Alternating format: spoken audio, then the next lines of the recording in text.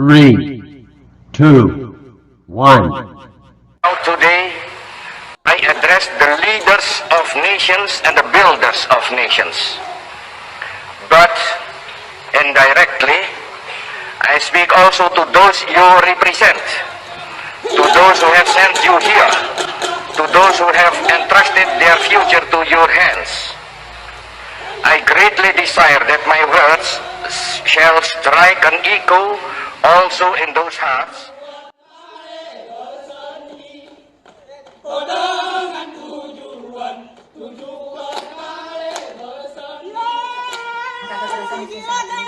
Ayo semua penyerahan. Semua apa dulu kan, jadi Kita dengan pun kopi. kopi. J Gay Production.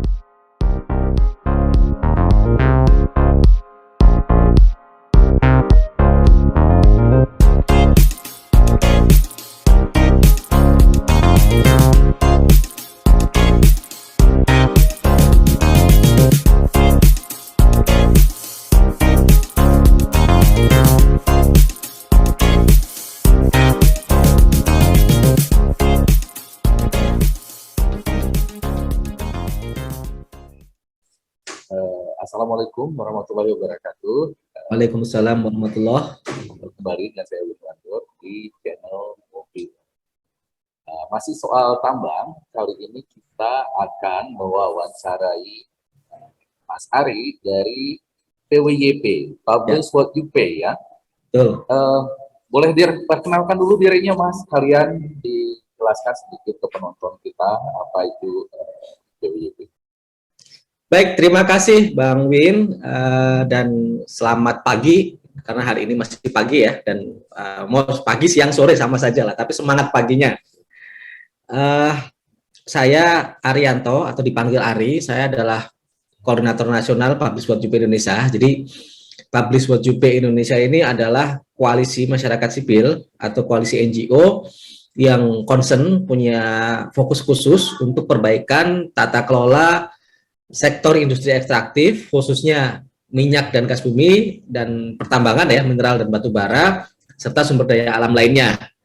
Di kami, karena koalisi, pasti ada anggota kami ada 29 organisasi masyarakat sipil, dari mulai Aceh sampai Papua Barat, dan untuk sekretariatnya, kebetulan saya koordinator nasional, tentu punya sekretariat sebagai supporting system, itu ada di Jakarta, di daerah Jakarta Selatan.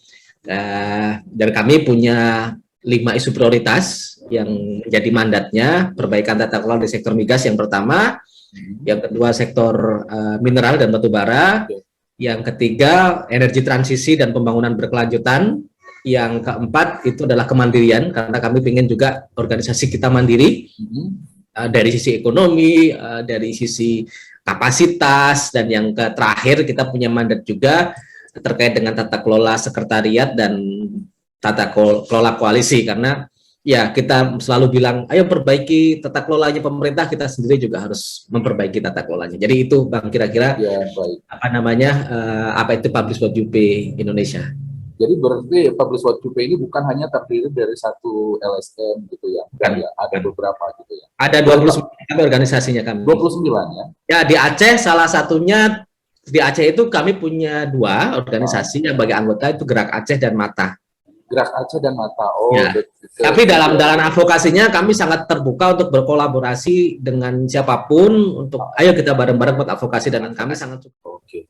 Nah, ini Mas. Jadi mungkin sebelumnya kan kita udah ada komunikasi bahwa wawancara saya kali ini terkait rencana pembukaan tambang emas di Aceh Tengah. Dan sekarang ini sedang berjalan proses amdalnya, katanya itu akan beroperasi pada 2027. Yep. Nah, di sini kan ya umum lah ya, kalau ada perusahaan tambang itu tentu saja mereka itu dalam kampanyenya ke masyarakat itu mengatakan bahwa itu baik, itu memberikan banyak manfaat untuk masyarakat, dari segi ekonomi, juga yang lain, peningkatan kualitas hidup. Nah, Publish What You Pay itu kan lembaga yang saya dengar itu bisa menghitung apa namanya menilai uangkan gitu Ya. kerusakan yang terjadi itu. Pernah nggak Mas sebelumnya di mana umpamanya untuk kawasan tambang gitu? Ya, gini Bang, mungkin ini agak panjang diskusi tapi nggak apa-apa karena apa-apa. kita memang sambil santai ya Bang. Jadi kalau kami itu kan mendorong perbaikan tata kelola, ini yang selalu bilang kan Tata kelola, governance oke. atau tata kelola gitu kan. Nah, tata kelola itu kan ada 3 Bang. Prinsip-prinsipnya transparan, akuntabel, sama partisipatif. Oke. Artinya ketika pemerintah ingin mengeksplorasi dan mengeksploitasi sebuah wilayah, maka dia harus punya 3 prinsip tadi. Kalau kita bicara tentang baik, transparan, akuntabel, dan partisipatif. Nah, kami di Publish World Jupe Indonesia mencoba mendefinisikan yang dimaksud dengan transparan itu apa sih? Gitu. Apakah kalau pemerintah sudah memberikan informasi bahwa di wilayah misalnya di PT yang sekarang itu kan di daerah Linge, Aceh Tengah ya Bang ya, itu kan akan dibangun, akan dieksploitasi sebuah atau akan dieksploitasi wilayah pertambangan. Nah, transparan itu bagi kami itu bukan sekedar pemerintah memberikan informasi, tetapi pemerintah menjamin hak. Nah, transparan itu berkait dengan hak manusia, hak warga negara. Apa itu haknya? Hak masyarakat untuk tahu. Atau biasanya kalau di teman-teman yang biasa mendorong keterbukaan informasi itu right to know, hak untuk tahu. Jadi yang dimaksud dengan transparan itu adalah ketika pemerintah menjamin hak masyarakat untuk tahu. Nah, hak masyarakat untuk tahu itu tahu tentang apa? Tahu bahwa di situ akan ada akan ada tambang misalnya, resikonya apa saja, manfaatnya apa saja. Nah, seringkali kalau kita biasa sosialisasi misalnya AMDAL atau sosialisasi proyek apapun, yang terjadi biasanya ya Bang ya, meskipun tidak semua, kami hanya mengenerasi dan itu memang sudah ada indikasi yang selalu disampaikan baik oleh pemerintah ataupun perusahaan itu biasanya yang bagus-bagus saja Bang. Ya, betul. Kalau ada tambang, maka manfaatnya 1, 2, 3, 4. Ya, betul. Akan menambah penerimaan daerah, pajak akan dihasilkan sekian, akan ada royalti yang didapatkan, pekerjaan masyarakat sekitar akan ada pekerjaan, bla bla bla bla gitu. Tapi pernah nggak kemudian yang dijelaskan adalah risiko. Yang perlu kita sampaikan juga bahwa kita juga pengen dengar nih, masyarakat harus tahu bahwa ketika ada tambang di sana, ada risiko yang akan diterima oleh masyarakat sekitar. Risiko kerusakan lingkungan. Kalau dia masuk, misalnya di situ ada daerah aliran sungai, apakah aliran sungainya akan terpengaruh? Betul. Bagaimana menyelesaikan kalau di situ akan ada lubang tambang? Kalau dia misalnya ada di daerah wilayah yang jauh dari jalan, bagaimana jalannya? Apakah dia harus menggunakan bikin jalan sendiri atau harus jalan sekitar? Kalau misalkan mendapatkan pekerjaan apa yang akan didapatkan oleh masyarakat sekitar? Atau sekedar cuma dapat satpam doang, atau cuma pekerjaan buru-buru kasar, atau pekerjaan yang seperti apa? Nah, dan yang penting misalnya kalau ada kecelakaan atau misalnya ada pencemaran, siapa yang akan bertanggung jawab? Sampai dengan ketika nanti tambang itu selesai, nah pertanyaan juga, ketika tambang itu selesai, nah kira-kira wilayahnya mau dijadikan apa? Karena ini pengalaman ya Bang, pengalaman di banyak daerah yang sering kali tidak dipikirkan adalah pasca tambangnya. Contohnya di mana itu Mas? Contohnya di mana yang sudah pernah? Nah, ini contoh migas aja Bang. Aceh Utara, Lok Sumawi. Oke, iya. Nah, Lok Sumawi itu dulu sebelum habis Exxon dan segala macam itu terkenal sebagai kota apa Bang? Petrodolar. Sekarang kemana Bang? Iya. Sepi kan Bang? Bahkan kemarin katanya dapat informasi ada jalan bekas transmigran yang nggak bisa dibangun karena daerahnya nggak punya uang. Sekarang jadi besi-besi tua yang mangkrak.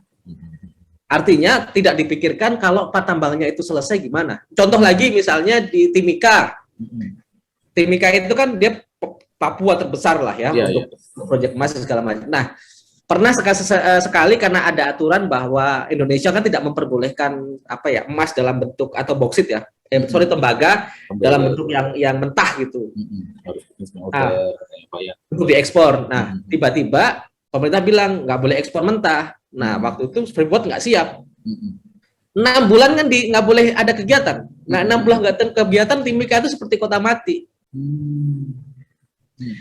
Nah, ini juga menjadi pertanyaan-pertanyaan besar kepada kabupaten kota atau provinsi-provinsi yang kaya sumber daya alam, ketika suatu saat tambangnya habis, jangan-jangan nanti jadi kabupaten kota mati. Masyarakatnya terlanjur bergantung pada tambang. Kemudian pertanian, lahan hutan dan segala lain habis, begitu tambangnya pergi, masyarakatnya jadi miskin lagi gitu. Nah, ya maksud saya yang dimaksud dengan hak atas informasi itu ya masyarakat, informasi yang diberikan kepada masyarakat itu harus clear sampai level resiko. Iya, baik. Nah, itu ya. Jadi bukan hanya sekedar dikasih informasi yang manis-manis bahwa kita akan mendapatkan penerimaan sekian segala macam. Itu satu, Bang, bahwa yang dimaksud dengan transparan itu adalah ada jaminan masyarakat untuk tahu. Itu kalau transparan. Jadi kalau sekedar pemerintah sudah bikin pengumuman di koran, pengumuman di website, bagi kami belum. Karena ya siapa sih yang mau baca koran?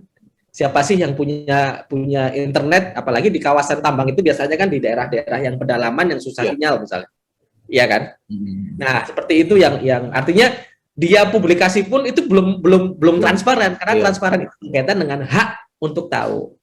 Nah, itu pertama. Jadi ini kan sebelumnya saya kan sudah mewawancara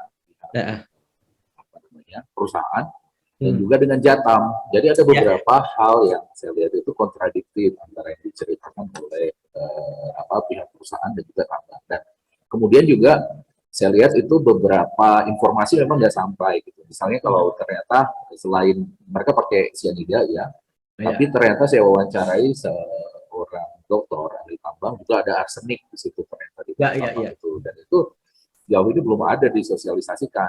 Dan kemudian kalau saya dengar dari Jatam, Mas, bahwa partisipasi masyarakat di dalam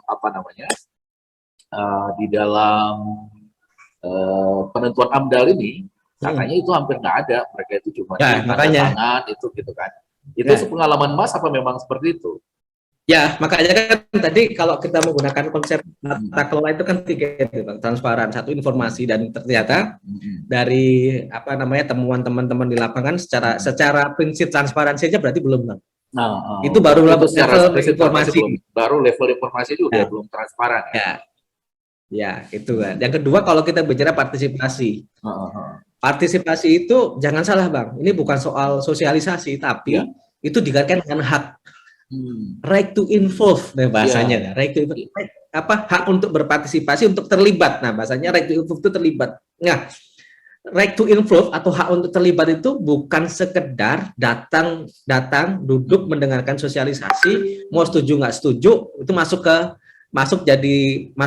ke presensi, dianggap sebagai menyetujui sebuah proyek. Itu proyek apapun ya, Bang. Itu gimana sih caranya supaya ini, Mas, supaya hak to involve itu bisa dapat oleh masyarakat? Nah, itu yang harus kita perjuangkan, dan kita juga harus sampaikan ke setiap perusahaan. Artinya, memperjuangkannya gimana itu, Mas? Gini, Bang, ada banyak advokasi ya, tapi artinya kita memastikan bahwa masyarakat sekitar yang hadir di dalam sebuah sosialisasi itu, pertama, kalau kita ingin menghadiri sebuah forum yang di situ akan mengambil sebuah keputusan, pertama tidak boleh ada namanya asimetris informasi. Asimetris informasi itu informasi yang tidak setara. Ya. Artinya kalau kita mau ngomong AMDAL, harusnya dokumen AMDAL itu ada dulu sebelum kita sosialisasikan, diskusikan. Artinya masyarakat harus dapat gitu. Harusnya duduk, kita berdiskusi itu satu frekuensi, Bang. Itu yang harus, maksudnya makanya kenapa sebelum kita bicara partisipasi kan harus hak untuk tahunya itu dipenuhi dulu gitu, Bang. Hak untuk tahunya dipenuhi dulu. Nah, baru cuman kemudian ini rumitnya Mas ya. Itu kan seperti saya tanyakan baik ke pihak perusahaan dan juga seperti Jatam itu, bahwa perizinan untuk eksploitasi tambang ini itu bukan di daerah, Mas. Biarpun kita di sini di Aceh umpamanya sudah ada UUPA. Jadi gini, Bang. Mungkin saya akan bicara idealnya dulu ya. Baik. Baik. Nanti kita lihat. Nah, maksud saya gini. Transparan itu hak untuk tahu. Artinya sebuah proyek tambang itu sebelum apapun itu dia harus bisa menjamin hak masyarakat, termasuk masyarakat sekitar tambang. Masyarakat itu harus tahu manfaat dan resiko. Termasuk ketika ada resiko, apa yang harus dilakukan untuk melakukan mitigasi atas resiko tersebut. Itu prinsip dasar pertama. Artinya ketika ternyata sebuah proyek, baik proyek tambang atau apapun, prinsip hak untuk tahunya itu tidak dilakukan, maka dia sebenarnya sudah mencederai apa itu makna transparansi. Itu satu. Nah, ini kita bisa lihat apakah di lapangan sebuah proyek itu sudah benar atau tidak, sudah memenuhi transparansi atau tidak, kita bisa mengukurnya dari sana, Bang.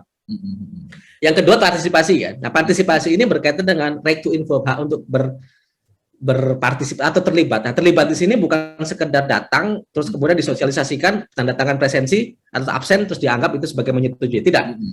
Right to involve itu maksudnya hak untuk terlibat dalam membuat kebijakan. Artinya ditanya Anda setuju atau nggak setuju. Bukan artinya kita datang di sebuah misalnya AMDAL misalnya. Itu kalau kita hadir tanda tangan presensi itu bukan berarti tanda tangan menyetujui sebuah proyek. Info itu ya sampai kemudian masyarakat mau nggak ketika ada di sebuah wilayah mau dijadikan tambang, masyarakat ditanya Anda mau nggak ini dibuka atau tidak. Info itu ya sampai membuat kebijakan. Saya tidak setuju. Saya setuju. Artinya level partisipasi itu sampai kepada setuju nggak setuju sebuah kebijakan itu dijalankan. Nah, ini harusnya kemudian semua pemangku kepentingan itu memahami makna dari partisipasi. Partisipasi itu berkaitan dengan hak masyarakat untuk terlibat. Artinya, kalau sebuah perusahaan atau pemerintah itu melakukan sosialisasi, kemudian hanya sekedar menceritakan 1, 2, 3, 4, itu namanya bukan partisipasi. Karena partisipasi itu harus sampai ke level masyarakat terlibat dalam penyusunan sebuah kebijakan. Maaf. Nah, itu. Jadi itu, kemarin yang saya dengar dari Jatam, tapi undang-undang tidak mengharuskan itu. Undang-undang tentang membuat AMDAL itu hanya mengharuskan sosialisasi ke masyarakat. Itu gimana, Mas? Sebenarnya tidak juga, Bang. Karena kan kalau kita bicara soal meskipun tidak secara ini ya, Bang ya. Karena gini, kalau kita bicara soal prinsip-prinsip transparansi, akuntabilitas, partisipasi itu kan selalu ada di dalam undang-undang, selalu ada di regulasi, Bang. Oke. Makanya saya bicara prinsip dulu, Bang. Oke, baik. Artinya kita harus berani meluruskan kalau sebuah perusahaan atau pemerintah selalu bilang kami sudah transparan, kami sudah partisipatif, kami sudah akuntabel, ya kita harus challenge. Yang dimaksud dengan transparan itu apa? Kita punya dasar yang transparan itu adalah pemenuhan hak untuk tahu. Yang dimaksud partisipasi itu right to involve. Ini berkaitan dengan hak asasi manusia loh gitu. Iya. Ini kerangka besarnya ya, Bang ya. Maksud saya secara prinsip nanti kita kemudian kita terjemahkan apakah kemudian kalau memang regulasi-regulasi yang dia mengklaim seolah-olah transparan partisipatif ternyata dia tidak transparan partisipatif, regulasinya kita bisa challenge, Bang. Makanya itu sebagai regulasinya yang di-challenge. Mungkin salah satu advokasinya kita adalah kemudian regulasinya yang bermasalah mana, yang belum transparan akuntabel, kita challenge itu entah nanti itu satu. Yang kedua, secara pemikiran bagi pemerintah dan kita challenge juga bahwa yang dimaksud transparan partisipasi itu bukan kayak gitu loh, tapi ini yang benar gitu. Ini kan mindset dulu, Bang. Ya, baik. Nah, termasuk kepada masyarakatnya, ketika sebuah perusahaan segala macam ada loh haknya, dan hak itu bisa kita tuntut kepada pemerintah. Artinya pemerintah harus memenuhi hak tersebut. Dan kita sebagai pendamping juga tahu bahwa transparan itu bukan sekedar ngasih informasi, tapi memenuhi hak masyarakat untuk tahu secara substansi misalnya. Itu sebagai kita. Nah, kalau kita bicara transparan seperti, kalau kita bicara akuntabel itu right to claim. Claim itu bukan berarti mengklaim ya, tapi ketika ada sebuah keputusan itu, sebuah kebijakan, masyarakat itu punya ruang untuk mempertanyakan. Akuntabilitas itu kan dianggap sebagai tanggung jawab ya, tapi bukan sekedar tanggung jawab ya. Kalau pemerintah bilang kami sudah bertanggung jawab atau sudah akuntabel berarti kami bertanggung jawab, bukan sekedar itu, tapi memberikan ruang kepada masyarakat ketika sebuah kebijakan dijalankan, sudah misalkan sudah diputuskan baik regulasinya sudah diputuskan, proyeknya diputuskan. Nah, ruang masyarakat itu untuk mengklaim atau maksudnya kalau kita tidak setuju itu ada ruang. Kita tidak setuju dengan undang-undang, kita dikasih ruang di mana? MK misalnya. Kalau kita tidak sesuai dengan MA kalau tidak setuju dengan peraturan pemerintah, kita bisa men-challenge itu di MA di Mahkamah Agung. Kalau kita tidak setuju dengan sebuah kebijakan pelayanan publik, kita bisa melaporkan itu ke Ombudsman misalnya. Jadi kalau kita tidak setuju dikasih ruang untuk kita protes, untuk meminta pertanggungjawaban, tapi bukan meminta pertanggungjawaban yang seolah-olah kalau saya protes ya udah beri muka, tapi ya sampai ke level ada ruang nggak untuk bisa mengubah kebijakannya itu. Nah, negara harus menjamin itu. Misalnya apakah perusahaan misalnya di perusahaan itu ketika bidang-bidang akuntabel itu salah satunya apakah ada call center misalnya, atau orang khusus yang nomor khusus misalnya yang diberikan oleh perusahaan ketika ada kasus pencemaran dan segala macam. Jadi masyarakat kadang-kadang kan kalau datang misalnya ada pencemaran atau karena apapun itu bingung kalau ngelapor ke perusahaan. Baru mau masuk perusahaan, masuk ke gerbang ini udah diusir sama satpam. Enggak, itu enggak akuntabel. Akuntabel itu ya mereka udah harus ngasih kontak personnya siapa gitu. Kalau ada kecelakaan harus ngapain, masyarakat diberikan apa sebagai kompensasi dan segala macam. Kalau itu sudah berjalan. Kalau belum, kalau misalkan mereka tahapan sosialisasi, kalau kami punya masukan harus ke kontak ke siapa gitu. Iya. Kadang-kadang kan kita kalau misalnya ada sosialisasi AMDAL nggak dikasih kontak person. Nah, itu dia, itu yang terjadi. Nah, itu berarti belum akuntabel, Bang. Oke. Akuntabel itu sampai level ke sana, Bang. Karena ini kan kami pernah tanya saya ya sama yang menolak untuk mahasiswa, yang aktif dari pihak perusahaan, katanya kan itu dinilai nanti oleh pihak yang mengeluarkan AMDAL. Kalau pemerintah ya lihat di media siapa yang vokal, siapa yang ini dipanggil. Tapi waktu saya tanya kepada pihak-pihak yang menolak, nggak ada katanya. Kami mahasiswa nggak ada diundang, pihak ini nggak ada diundang, ini diundang. Jadi di situ pun sebenarnya udah nggak transparan dan ini masih yang nggak akuntabel.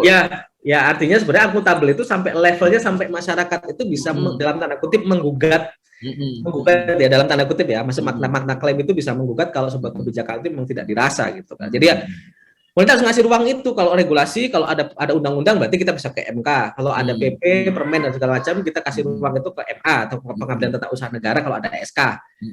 Atau pelayanan publik kita bisa lapor itu ke ombudsman dan segala macam gitu. Termasuk ketika ada perusahaan yang ngasih mekanisme pengaduan di mana dan segala macam gitu. Nah, kalau pemerintah pun harus itu ya, harus menyediakan dari awal memang ininya dari ininya ya, dari perusahaan. Ya, kayak gitu. Jadi kita kalau ada masalah kan nggak mungkin juga, masalahnya kan di kita itu mohon maaf yang sering kali terjadi kan jadi lempar-lemparan, Bang. Iya. Kalau kita lapor ke kepala desa, ke kampung misalnya, orang kampung saya ini bukan kebijakan saya, ini kebijakan pemerintah kabupaten. Begitu kita datang ke kabupaten, oh ini wilayahnya pemerintah provinsi, kita datang ke provinsi, oh itu kan perusahaannya izinnya di pusat, itu tanggung jawabnya pusat gitu. Nah itu yang terjadi sekarang. Itu namanya pemerintah nggak akuntabel. Kalau pemerintah akuntabel itu masyarakat cukup, oh di sini ada kerusakan, udah dia ngasih ruang, perusahaannya ada kontak personnya. Pemerintah pusat pun kalau misalnya ada komplain harus kemana tahu. Pernah nggak ada situasi ideal seperti itu, Mas? Pengalamannya, Mas? Nah, karena tidak, itulah yang kita perjuangkan sebagai aktivis untuk memastikan bahwa kalau kita mendorong tata kelola, transparansi, akuntabilitas dan partisipasi itu targetnya bahwa sampai hak untuk tahu, hak untuk berpartisipasi atau right to involve, termasuk hak untuk mengklaim itu kita perjuangkan. Jadi kerangka besar advokasinya sesederhananya itu, Bang, meskipun secara lapangan akan besar. Tapi maksud saya, seringkali kan kita ngomong reformasi tata kelola, good governance, segala macam, tapi mencoba menerjemahkannya. Maka kami menggunakan bahasa yang sederhana. Itu tiga hal tersebut berkaitan dengan, semuanya berkaitan dengan hak. Kalau pemerintah belum memenuhi tiga hak tersebut, maka dia belum. Baik. Hiasan tulisan itu hanya transparan, partisipasi, akuntabel itu harus bisa diterjemahkan ke sana. Nah, tinggal secara operasional kita bisa menilai apakah misalnya dalam kasus misalnya di Aceh Tengah ini, baik dari sisi pemerintah maupun dari sisi perusahaan sudah menjalankan prinsip transparan, partisipasi dan akuntabel berdasarkan hak, perspektifnya hak, bukan perspektif sekedar muncul di tulisan bahwa kami sudah transparan, partisipasi dan akuntabel. Itu sih, Bang. Nah, nanti kita lihat secara proses by proses kan ya, mulai dari AMDAL, dari penentuan wilayah hijau besar pertambangannya, dari siapa yang bertanggung jawab. Kalau kemudian di sini lempar-lemparan antara pemerintah pusat, pemerintah provinsi dan pemerintah kabupaten sampai kampung semuanya lempar-lemparan, ya itu udah pasti nggak akuntabel gitu loh, Pak. Nah, kalau ini sih nggak lempar-lemparan ya, dari awal pihak perusahaan udah bilang kalau ini kami ini yang kasih izin pusat. Jadi ya, tapi kan harus ada perusahaan itu kan juga harus punya tanggung jawab juga ke masyarakat di sekitar gitu. Ini dan kan juga nggak jelas ya. Iya, nggak bisa jelas. Apalagi kan sebenarnya ya kalau kita bicara undang-undang dasar kan negara bumi air dan kekayaan alam itu kan dimiliki oleh negara. Siapa sih negara itu? Negara itu ya masyarakat di sana, ada rakyat di sana gitu. Nah, ini sepengalaman Mas, ada nggak situasi ideal yang seperti itu tadi yang sudah pernah terjadi di menuju ya? Kalau menurut kami menuju ya, kalau belum. Kalau kita bicara ideal masih jauh, tapi ya kita tahap tahap demi tahap yang apa namanya? Yang terbaik, ya minimal terbaik dari yang regulasi pernah dulu. untuk yang paling mendekati ideal. Belum sih, Belum ya. belum ada sih sebenarnya kalau. Tapi ya belum ada. Tapi ya tetap harus kita perjuangkan. Masih jauh lah, Bang. Betul. Tapi bahwa ada perbaikan-perbaikan di sana ada perbaikan-perbaikan di sana pasti ada. Misalkan kayak contoh di Aceh, dia berani bikin moratorium itu kan salah satu contoh ya. Iya. Apa namanya? Kemudian di misalnya pemerintah pusat itu sekarang sudah ada Minerba One Map Indonesia. Jadi kita bisa tahu peta-peta perusahaan yang ada di seluruh Indonesia. Itu kan salah satu bentuk progres. Tapi apakah progres itu sudah menurut ya itu jauh, masih jauh gitu.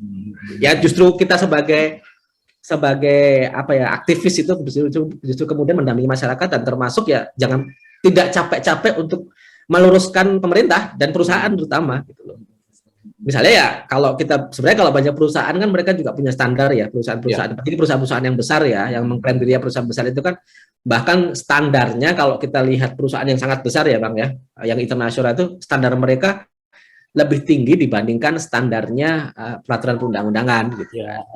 Nah, itu ada banyak beberapa contoh misalnya kalau yang perusahaan-perusahaan besar ternyata mereka harus mematuhi ada istilahnya ISO gitu-gitu loh Bang. Nah, tinggal bagaimana implementasinya gitu. Artinya sebenarnya standar baik regulasi itu sudah mengatur cuma problem kita kan di pelaksanaan kan. Termasuk ya maksud saya gini, ada regulasi, ada pelaksanaan tanpa adanya pengawasan termasuk pengawasan dari masyarakat atau civil society yang akan jalan, Bang. Nah, tugas kita kan. Iya. Dan itu memang yang jadi masalah di apa ya? Itu belum jelas partisipasi masyarakat itu seperti apa. Saya tanya ke perusahaan, peran pemerintah daerah sendiri seperti apa? Mereka itu cuma bisa memediasi gitu antara pemerintah dengan warga dan pemerintah pun nggak punya hak sama sekali untuk memberi sanksi gitu ke perusahaan seandainya mereka prestasi atau tidak menepati janji masyarakat itu juga pemerintah daerah nggak punya hak begitu. Jadi di pusat itu yang terjadi di Ya, tapi maksud saya kan ini soal peran itu bisa kita lakukan mungkin kita bisa lihat satu persatu ya Bang ya. Maksudnya ini kadang kita juga harus cermat dan makanya kadang-kadang kenapa kami sering dorong ada namanya multi stakeholder forum atau pertemuan rutin antara pemangku kepentingan dalam melihat sebuah persoalan itu ya termasuk mendorong masyarakat untuk hadir dalam pertemuan tersebut ya. Kita harus tahu bahwa peran itu kan kadang-kadang bukan jadi gini Bang. Yang kita khawatirkan dalam proses lempar-lemparan ini kan seolah-olah bahwa ketika Undang-Undang Minerba bilang misalkan di Undang-Undang 3 2020 bilang bahwa kewenangan perizinan itu ditarik ke pusat. Dalam konteks Aceh sebenarnya karena dia otonomi khusus, jadi tetap di Aceh. Tetapi untuk yang PMA, kasus di Aceh Tengah itu kan PMA Bang, penanaman modal asing bahwa ya, itu cuma 1%. Ya, artinya kan sebenarnya. Tetapi yang harus diingat bahwa ya dalam konteks yang lain kan daerah pasti punya kewenangan Bang. Misalnya. Ya contoh-contoh misalnya kalau yang ngatur tata ruang siapa Bang? Kalau kita bicara RT/RW, daerah itu bisa mengatur tata ruangnya, Bang. Kita masih ada dinas lingkungan hidup. Kita peran mediasi itu peran, Bang. Kita bisa melakukan mediasi dan segala macam gitu. Apalagi kita bisa apalagi kalau kita punya otonomi khusus dan segala macam, kodunnya. Tinggal kita bikin kodun dan segala macam menyesuaikan itu aja, Bang. Artinya sebenarnya kalau kita mau cermat, banyak kok peran pemerintah daerah yang bisa dioptimalkan selain kita bicara soal izin ya Bang ya. Karena yang punya wilayah kan daerah seharusnya begitu. Makanya kita yang di sini ini ya kemarin itu mahasiswa sampai mengusir perusahaan tambang itu jangan nggak di Aceh Tengah. Karena pikiran mereka begitu toh, daerah nggak bisa ngapa-ngapain, nggak punya dia tekan, nggak punya apa gitu, ngapain di sini katanya, apa yang perlu kita diskusikan lagi gitu kata mahasiswa. Ya artinya kan sebenarnya termasuk sebenarnya kalau daerah mau pemerintah daerah, bupati, atau gubernur, atau kepala dinas kan sebenarnya bisa memfasilitasi obrolan ke tingkat pusat dan segala macam. Ya kan karena gini Bang, jalan provinsi atau jalan pusat atau jalan ini misalnya. Nah itu kan kita bisa obrolkan dari situ aja Bang. Situ kan bisa gitu kan. Ya kita misalnya nih, ada misalnya kalau kabupaten kota itu misalnya misalnya ya Bang ya, jalan yang menghubungkan antara daerah tambang sampai ke pelabuhan, itu jalannya siapa Bang? Itu jalan tanggung jawab nasional atau provinsi? Kalau misalnya itu jalan provinsi, apalagi itu jalan yang menjadi tanggung jawabnya kabupaten kota misalnya. Iya. Kalau rusak segala macam tanggung jawab siapa Bang? Iya. Jangan sampai itu nanti kabupaten kota nambal aspal terus, kerusakan aspal, tapi pemerintah pusat belum lepaskan. Misalnya itu aja bisa menjadi pintu masuk Bang, pintu masuk untuk ayo kita berdiskusi soal jalan. Gitu. Misalnya kan kabupaten kota kan bisa bilang kami bisa menggunakan jalan dengan syarat misalnya, atau ya kalau nggak mau harus bikin jalan sendiri. Jadi peran itu nggak harus dimenghentikan operasional tapi dari situ bisa jadi celah masuk, Mas ya. Ya apapun itu kan Bang. Bahkan ketika ada laporan terkait dengan pencemaran dan segala macam kan itu warga saya yang kena pencemaran gitu. Kalau ada lingkungan rusak, ada daerah aliran sungai dan segala macam, bahkan ya daerah bisa menuntut kedua pihak dong, ke pemerintah pusat dan ke perusahaan ya, dan pemerintah pusat sebagai pemberi izin ya, dua-dua bisa dituntut oleh pemerintah daerah ya. Iya. Iya begitu. Apalagi kita punya ombudsman, kita punya lembaga. Jadi channel-channel itu semuanya harus dimanfaatkan. Harus kita manfaatkan gitu Bang. Nggak bisa. Artinya kalau kita bicara advokasi nggak punya sejalan gitu. Iya. Cuma satu jalan ke Roma ya. Advokasi. Kita punya anggota DPR Bang. Anggota DPR atau anggota DPR RI yang dapil sana kan itu kita bisa jalin. Kita juga ada di PD dan segala macam kita bisa. Jangan ya banyak jalan menuju Roma lah. Nah baik Mas, sekarang ini kita banyak. Termasuk misalnya gini Bang, termasuk misalkan gini Bang, apalagi kalau perusahaan itu perusahaan asing dan sudah list ke bursa efek dan segala macam. Ya itu kan kita tinggal cek aja siapa pemiliknya. Iya. Ya kita bisa datangin ke pemiliknya, kita ini ternyata perusahaan. Biasanya kalau perusahaan asing ini kan sangat menjaga nama baik dan segala macam. Ya udah kita sampai kirim aja bahwa ternyata ini anak perusahaan dari mana. Jadi jangan terjebak dengan ini perusahaan kalau misalnya ada salah satu PT misalnya PT LMR gitu kan, tinggal siapa pemiliknya. Kita trace aja terus sampai ke mana siapa yang ininya, siapa di luar ada nama gitu. Karena kan LMR ini kan hanya pelaksana saja di lapangan. Iya. Sebenarnya bisa langsung kita lompat ke sana seandainya mentok di sini. Bisa. Baik. Nah ini sekarang Mas, yang balik ke pertanyaan kita pertama tadi, gimana sih sebenarnya cara penilaiannya gitu? Manfaat yang didapat dengan kerugian yang diderita oleh masyarakat lah dengan untuk mendapatkan manfaat itu dalam terkait tambang itu gimana sih caranya? Jadi gini, kalau kita bicara manfaat seringkali yang disampaikan oleh pemerintah itu kan pasti manfaat ekonomi Bang. Ya pasti. Itu nah manfaat ekonomi itu biasanya yang selalu dimunculkan satu adalah kalau dalam konteks itu penerimaan daerah atau penerimaan. Nah biasanya perusahaan tambang itu dia akan bayar namanya pajak dan PNBP. Penerimaan negara bukan pajak. Nah kalau penerimaan negara bukan pajak itu bentuknya kayak royalti dan land-rent. Nanti dia dari si perusahaan, kalau royalti itu biasanya hitungnya dari produksinya Bang, iuran produksi misalnya. Jadi misalnya dia sudah dijelaskan. Ya 1 ton berapa dan segala macam. Misalkan dia produksi 1 ton harganya berapa, tinggal diambil presentasinya. Kalau itu presentasi itu ada untuk pusat. Ya, jadi ada rumusnya Bang. Ada. Nah nanti kalau misalnya dia sudah bayar, dia harus bayar langsungnya ke pemerintah pusat Bang. Dia langsung kirim ke pemerintah pusat, nanti sama pemerintah pusat dibagi buat ke daerah. Ada iuran tetap juga sama, dia itu biasanya luas wilayah dikali tarif. Misalnya, tarifnya murah Bang, paling 1 hektar itu cuma 2-4 dolar. Oke. Itu kayak uang sewa lah gitu. Jadi 1 hektar itu paling 2-4 dolar, kali aja berapa, nanti sama. Ya itu Bang, kenapa saya bilang murah? Hektar loh Bang. Nah yang ketiga itu yang PNBP Bang. Nah kalau dia berada dalam wilayah hutan, biasanya akan ada lagi PNBP hutan. Nanti ada tarif-tarifnya lagi. Nah itu dari PNBP itu yang kemudian dibagikan ke daerah dan biasanya kalau kita bicara tambang Bang, tambang itu kalau yang dibagi jadi dana bagi hasil itu ya dana bagi hasil itu kan dari PNBP, dari royalti dan segala macam itu kecil Bang. Paling angka miliar itu baru. Kecuali migas, kalau migas bisa sampai triliun. Tapi kalau tambang itu dapat ratusan aja udah lumayan. Tapi rata-rata kalau miliar udah lumayan ya. udah terlalu gede itu. Biasanya kalau untuk level di Aceh itu angkanya puluhan lah. Puluhan miliar. Dan itu sangat tergantung dari harga ya Bang ya. Iya, iya. Kalau harga naik dia dapat, kalau harga turun ya itu satu. Dan dari pajak biasanya. Pajak itu ada PBB, pajak bumi dan bangunan. Nah, tapi ini kalau ini ya Bang ya, kalau kita lagi advokasi soal penerimaan, kita belajar dari Donggala Bang. Di Donggala. Di Donggala di Sulawesi Tengah. Kita belajar ternyata dari kasus di sana perusahaan. Jadi gini, PBB pajak bumi dan bangunan itu Bang, itu adalah istilahnya PBB P1 dan P2. P1 itu kalau kayak kita Bang, kayak kita itu iya. penduduk biasa, itu tarifnya PBB. Tapi kalau dia perkebunan atau pertambangan, jadi statusnya harus naik ke PBB P2. Itu tarifnya beda Bang. Nah, di Donggala Bang, di Donggala itu banyak kan di sana banyak perusahaan batuan lah, banyak UP batuan itu di sekitar pantai di Sulawesi Tengah. Rata-rata mereka PBB-nya masih PBB P1. Oh. Jadi belum diubah ke pertambangan. Jadi beda dia sebenarnya ya. Jadi beda. Itu Jadi daerah tingkat 2 yang ambil kan. ya, jadi PBB gini Bang, PBB itu pajak bumi dan bangunan memang yang akan menarik itu kanwil pajak.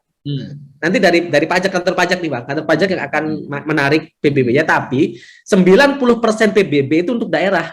Oke, tingkat 2 ya. Tingkat 2 dan tingkat provinsi. Jadi 90% itu nanti udah jatuhnya ke daerah. Jadi ini tinggal ini aja kontak-kontak antara dinas pendapatan daerah dengan koordinasi dengan si kanwil pajak Bang. Oh iya. Jadi ada yang dua macam DPD. Akan narik itu kanwil pajak, tapi uangnya nanti akan jatuh ke daerah sekitar 90%. Oke. Nah, sering kalau ini di Donggala itu tidak diubah Bang. Jadi dia tetap bayar PBB tapi P1. Saat kayak kita ya. Ya, gitu. Jadi ya itu yang kemudian ada solusinya sampai angkanya sampai T Bang, sampai triliun kalau di kasus Donggala ya. Sampai triliun. Nah, kita kan nggak tahu Bang, karena kan ini salah satu contoh bentuk advokasi yang dilakukan oleh teman-teman di Sulawesi Tengah. Belum lagi bicara PBB PPH Badan. PPH Badan itu pajak penghasilan tapi yang untuk badannya. Nah, seringkali pajak badan itu kan lumayan tinggi Bang. Itu kan hitungan dari untung ya. Nah, seringkali seringkali gini, kalau perusahaannya ini harusnya dia kan gini Bang, kalau kita punya NPWP Bang, tahu apa ya NPWP? Iya. Seringkali banyak perusahaan itu NPWP beroperasinya di Aceh, tapi NPWP-nya di Jakarta. Yang dapat Jakarta ya. Nah, gitu Bang. Nah, kayak gitu hal-hal teknis kecil tapi sebenarnya kita bisa perjuangkan. Kalau NPWP-nya itu di Aceh, sebenarnya Aceh juga akan dapat itu juga. Tinggal ya ini contoh-contoh kecil ya Bang ya, bahwa ya biasanya kalau penerimaan itu akan tersangat dari PNBP sama pajak. Tapi biasanya tambang itu nggak gede. Yang selanjutnya biasanya dari perputaran uang Bang. Nah, itu yang kadang kita harus ngecek kalau istilahnya ada PDRB atau pendapatan domestik bruto itu loh Bang. Ya, itu biasanya yang akan mendapatkan manfaat dari uang, misalnya kalau ada proyek tambang di situ maka akan ada sewa menyewa makan. Ya. Jadi itu sudah mereka bahas ya. Nah, sebenarnya dari situ ada rekanan, ada segala macam, tapi yang perlu dipastikan siapa sih yang mendapatkan rekanan tersebut. Yang ini yang hati-hati Bang, karena kalau kita bicara pengadaan barang dan jasa itu kan juga potensi korupsinya tinggi Bang. Oke. Kalau kita bicara pengadaan barang jasa, misalnya di situ ada PTA, tambang kan PT itu kan butuh sewa menyewa alat, butuh tenaga kerja, kemudian termasuk mungkin security apa juga bukan mereka segala macam. Nah, pertanyaannya kan biasanya pasti dia ada pihak ketiga Bang. Pihak ketiga ya betul. Jangan-jangan yang dapat proyek itu mereka juga. itu yang kenapa pengadaan barang dan jasa itu juga sangat penting gitu. Jangan-jangan ke perusahaan bukan perusahaan di Aceh semua, jangan-jangan perusahaan di luar semua bisa jadi. Atau ternyata orang-orang tertentu aja yang dapat proyek-proyek itu, misalnya anggota DPRD atau mungkin oknum pemerintah dan sebagainya, kita nggak tahu. Jadi itulah kenapa pentingnya seolah-olah tapi sebenarnya potensi korupsi dan konflik kepentingannya sangat tinggi di dalam. Secara regulasi seolah-olah sudah dipenuhi, tapi sebenarnya kawan-kawan kami buka lelang, buka segala macam. Tapi pemenangnya udah ada. Ditanya Pak Bupati, ditanya oleh kamu sudah ini kah perusahaannya sudah menggunakan tenaga kerja lokal, ya sudah segala macam. Tapi ternyata kan, ya itu salah satu potensinya. Nah, yang sering kita lupakan kan sebenarnya bukan cuma manfaat tapi resiko Bang. Nah itu yang penting. Ada banyak resiko Bang, dan kalau kemudian kita apa namanya, nah Pak, apalagi ini yang seringkali jadi agak apa ya, jadi apa hiperbola gitu ya Bang ya, kalau kita perbandingan itu kalau di istilahnya kalau kemarin rame-rame omnibus law itu kan risk Nah, based, ya itu dia. kan ada perizinan berbasis risiko. Nah, seringkali orang lupa resikonya itu harusnya disampaikan lebih tinggi, makanya penting juga kita perlu komunikasi dan diskusi dengan baik dengan pemerintah dan perusahaan. Apa sih resiko yang akan diterima oleh masyarakat ketika tambang itu ada? Nah, resiko itu bisa pencemaran, bisa apa namanya, daerah aliran sungai dan segala macam. Dan itu ternyata sekarang sudah ada ilmunya, Bang, untuk mengkuantifikasi. Jadi kerusakan-kerusakan lingkungan itu ternyata bisa dihitung, Bang, jadi dalam bentuk angka. Itu yang sebenarnya kita yang penasaran. Nah, sebenarnya kita pernah bikin training itu, tapi memang agak ini bukan ilmu baru ya, Bang, tapi belum banyak yang melakukan itu. Terakhir sebenarnya dalam kasus yang di mana? Tawatripa ya, yang di Aceh dulu. Ya, kebakaran hutan, yang kebakaran hutan dulu kan sempat ada tuh yang kemudian akhirnya hutannya itu kebakaran, dihitung dia berapa kerugian dan segala macam. Ternyata antara kerusakan lingkungan kalau kita diuangkan dalam hitungan-hitungan itu lebih besar dari PNBP maupun pajak yang kita terima. Nah, seringkali angka-angka ini yang tidak pernah dimunculkan dan mungkin tidak dilakukan itu karena itu ilmu baru dan harusnya kita harus memunculkan itu. Siapa yang seharusnya melakukan itu, Mas? Harusnya perusahaan dong, perusahaan atau pemerintah dong. Harus menghitung ini biar risikonya Jadi dia harus punya hitung-hitungannya dong, kalau ada kerusakan itu berapa sih akan dan itu siapa yang akan nanggung. Nah, itu yang kemarin saya tanyakan, tapi nggak ada jawaban yang tegas dari perusahaan. Ini Bang, kalau saya sih, kita kan bisa bikin ini ya, bisa bikin kayak seminar atau hal-hal webinar seperti ini yang mungkin kita bisa panggil beberapa ahli, bahasanya valuasi ekonomi, Bang. Ilmunya valuasi ekonomi. Valuasi ekonomi lingkungan, ya kita bisa bikin webinar seperti ini, atau mahasiswa-mahasiswa kita minta untuk, ayo kita bikin diskusi tentang valuasi, kita panggil ahli-ahli, ajak juga orang-orang perusahaan untuk datang, atau mungkin kalau misalkan teman-teman sudah punya kajian, mahasiswa datang aja ke bagian, ke direktur dan segala macam, ini loh hitung-hitungan valuasi kami, ini resiko yang akan nah pertanyaannya itu menjadi tanggung jawab siapa. Karena kami kalau melihat sih, diskusi soal valuasi ekonomi lingkungan itu kan belum banyak ya Pak ya? Iya. Mungkin kita bisa mulai kampanyekan tentang pentingnya valuasi ekonomi lingkungan untuk melihat sejauh mana kerugian lingkungan kalau kita uangkan itu berapa. Gitu. Jadi bisa jadi kita terima, misalnya kita terima 100 miliar dari pertambangan, tapi efek negatifnya bisa 1 triliun atau 2 triliun. Nah dari situ kan ya, kalau mungkin nggak ada kecelakaan, karena kayak kemarin kayak di tambang ini baru-baru itu beredar ke video, katanya sih, saya sendiri belum verifikasi apakah benar atau enggak. Itu ada orang hutan di sana yang terlihat. Nah, itu dia kan. Kemudian ada harimau Sumatera katanya di situ. Jadi itu artinya kan habitat mereka. Ya. Itu kalau kita evaluasi kehilangan seperti itu kayak gimana kan? Bisa, sebenarnya itu bisa dihitung, Bang, bisa dievaluasikan, Bang. Makanya apalagi kan ini ada momentum nih, Mas. Pemerintah selalu bilang perizinan berbasis resiko dan segala macam, ya tolong dong resikonya dihitung. Bukan cuma bahwa ketika ada proyek apapun itu ya, bukan hanya proyek tambang, apalagi proyek tambang ya. Ketika ada proyek tambang di A, berapa yang akan kita dapat, pemerintah pusat dapat apa, pemerintah daerah dapat apa, masyarakat dapat apa, baca masyarakat ya dapat CSR lah, dapat PPM lah, atau apa segala macam. Apakah itu sebanding dengan misalnya dia akan di satu sisi masyarakat yang bertani dan segala macam akan kehilangan lahan, akan kehilangan pekerjaan dan segala macam. Nah ini memang agak unik sih tempatnya ini, Mas. Jadi di sana kalau Gayo ini kan penghasil kopi nih. Ya, Bang. Tapi di sana itu di dataran rendah. Saya sendiri kebetulan masa kecil saya di sana. Jadi masyarakatnya itu dengan ternak pun gara-gara dulu ada perusahaan KPH untuk KKA, jadi buat jalan, ternaknya kehilangan lahan untuk pembebalaan, pencurian jadi marak karena jalan itu udah nggak pernah ada perhatian yang serius lagi itu dari pemerintah.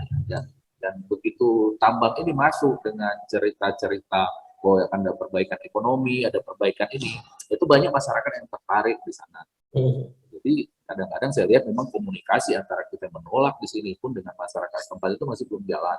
Ya, jadi kalau saya sih selalu bilang gitu, proyek itu selalu ada dua mata, sisi manfaat transisi resiko. Masyarakat kadang tidak mendapatkan informasi yang clear terkait dengan resikonya. Jadi Nah, termasuk apalagi ini kan resikonya itu bukan cuma untuk masyarakat sekitar tambang gitu, sekitar lingkar tambang kan. Sama jadi kemarin pernah saya tanyakan itu kalau bawa sianidanya itu dari mana? Itu kan dari pelabuhan. Itu melewati das besar berapa kabupaten itu kan. Kalau jatuh gimana? Udah ada kejadian di dunia di Kyrgyzstan. Kemudian juga tangki meledak itu tangki sianida memang berkajak, tapi udah kejadian juga di Eropa ada, di Amerika ada beberapa kejadian gitu kan. Nah ternyata itu resikonya kan belum mereka belum mereka antisipasi atau mungkin sudah, tapi dari kuasa direkturnya belum bisa menjelaskan. Ya itu dia, artinya kan kalau kami selalu bilang kepada perusahaan atau pemerintah itu ya jangan dong bilang cuma manfaat, itu resiko itu juga termasuk plan B-nya ketika resiko itu benar-benar terjadi di lapangan.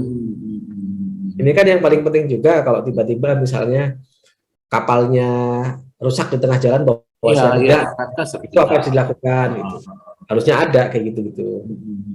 Jadi berbagai skenario itu sebenarnya sudah harus disampaikan diperhitungkan Mas ya kalau sebelum jalan itu ya. Ya. Oke. Baik Mas Ari. Siap. Ini terima kasih atas bincang-bincangnya. Ada nggak statement akhirnya nih kira-kira untuk masyarakat di sini apa yang ingin disampaikan terkait kalau kami sih sebenarnya ya tata kelola atau good governance itu 3 hal tadi Bang, transparan, partisipasi, dan akuntabel. Dan yang dimaksud transparan itu adalah pemenuhan hak untuk tahu, akuntabel itu hak untuk klaim, dan partisipasi itu hak right to info. Jadi kalau perspektif kita tentang partisipasi, transparan, dan akuntabel itu belum dalam rangka untuk menjamin hak warga negara, jadi saya mengatakan belum. Dan kita yang perjuangkan itu gitu. Dan jalan menuju ke sana namanya advokasi panjang ya Bang ya. Apalagi ini berkaitan dengan sumber daya alam, dan mohon maaf ini kadang-kadang jalan advokasinya panjang, nafasnya panjang Bang. Mungkin bisa jadi nggak bisa setahun, 2 tahun, atau 3 tahun, tapi cukup panjang, melelahkan. Tapi ya mudah-mudahan itu bisa membawa. Kalau kita bersama-sama berkolaborasi, saya pikir itu bisa dilakukan. Jadi dan artinya juga seandainya kita itu merasa di posisi lemah oleh undang-undang atau konstitusi itu bisa kita challenge sampai bisa. gitu. Jadi kanal-kanal untuk meluruskan itu bukan cuma satu ya itu tadi. Baik juga pemerintah. Ternyata banyak juga saudara kawan yang memperjuangkan hak yang sama di dunia lah, di itu banyak yang sama. Tinggal bagaimana kemudian kita merajut kolaborasi dengan masyarakat, kolaborasi dengan bahkan mungkin juga ada champion-champion di perusahaan atau champion-champion orang-orang baik di pemerintah yang ayo kita bisa bareng dorong-dorong untuk mendorong tadi. Artinya nggak bisa sendirian untuk kasih. Nggak bisa Bang. Kita harus apalagi situasi seperti ini ya, artinya situasi zamannya itu memang zaman yang kolaborasi ya, bukan main jago sendirian gitu ya. Jadi kita harus membangun jaringan dengan teman-teman lain seluas-luasnya di mana. Karena memang ini seperti kalau dari cerita Mas tadi bahwa soal transparansi ini bukan cuma soal kecil di daerah sini, tapi jejaringnya itu sampai ke pusat, sampai bahkan ke luar negeri tadi perusahaan. Ya termasuk sekarang kalau kita bicara transparansi kan bukan sekedar membuka informasi kan, tapi informasi yang benar, yang tepat, dari itu sampai ke masyarakat. Apalagi banyak buzzer lah dan segala macam. Kita kalau hanya tahu informasi dari sosial media nggak, sebenarnya itu pusing Bang sekarang. Karena tiba-tiba misalnya HK rilis sesuatu di sosial media, tiba-tiba viral, nanti yang tiba-tiba ada orang atau ada akun sesuatu tiba-tiba langsung nggak benar informasinya, namanya bisa terkadang yang itu akhirnya framing dan segala macam, yang akhirnya informasinya jadi bergeser kemana-mana.